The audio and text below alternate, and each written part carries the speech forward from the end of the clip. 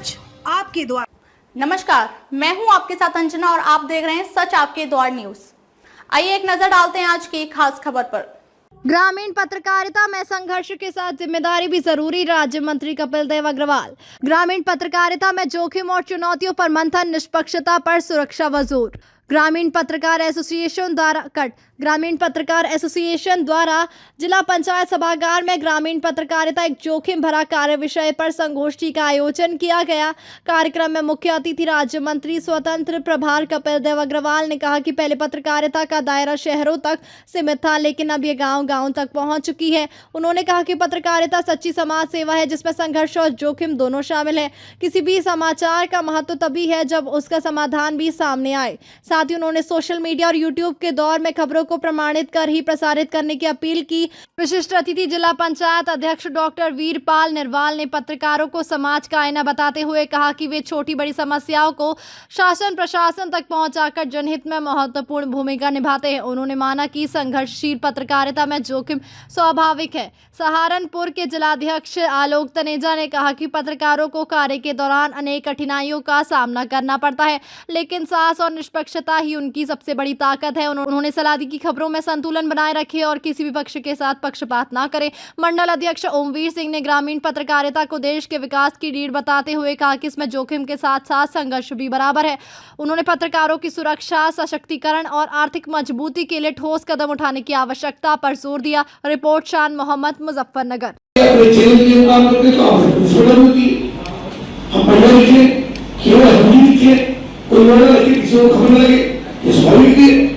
और जब आप पहले समझ आ जाएंगे तो अपने दीवार दिल्ली में देखा कि सबसे पहले कोई करने वाला शहर या सबसे पहले खबर देने वाला काम ऐसा मिलते तो इस बात पे जरूरी होता है कि कौन सबसे पहले मैंने खबर की, बाकी लोगों को बाद में पता लगा मिलती चाहिए।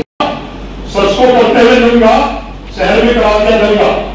सच बेचारा खोप के साए में जी रहा था और झूठ की शिकायत करने थाने पहुंचा तो देखा झूठ कोतवाल के साथ चाय पी रहा था।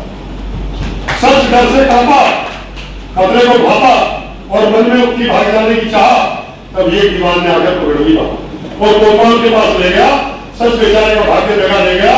कोतवाल ने सच को ढूंढ कर देखा, माथे पर टोक के देखा, बोला तू ही है जो सच बोलता है बात में। दीवान जी डाल दो साले को अदालत में। सच रोया, गिड़गिड़ाया, अचानक मुझे नेता का ध्यान आया।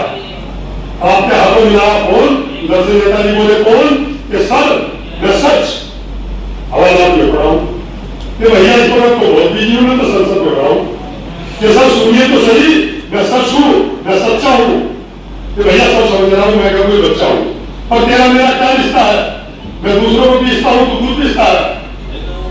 आखिर तरफा सुनवाई के बाद अदालत का फैसला आया और सच को सुनाया आजीवन कारावास। सच बेचारा उदास कालकोठरी में आज भी जी रहा है, अपने हाथ पर सर मिल रहा है, अपने हाथ पर सर मिल रहा है।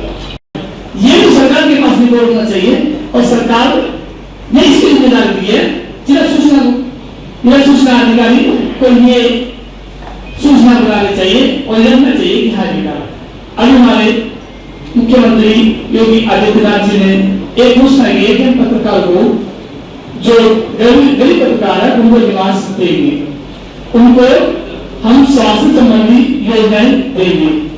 अगर हमारी एंट्री सूचना विभाग में हो जाती है तो हमारे उन साथी जो जिनकी कई काउंटिंग नहीं होती है, गिनती नहीं होती, हो सकता है उन्हें लाभ हो जाए।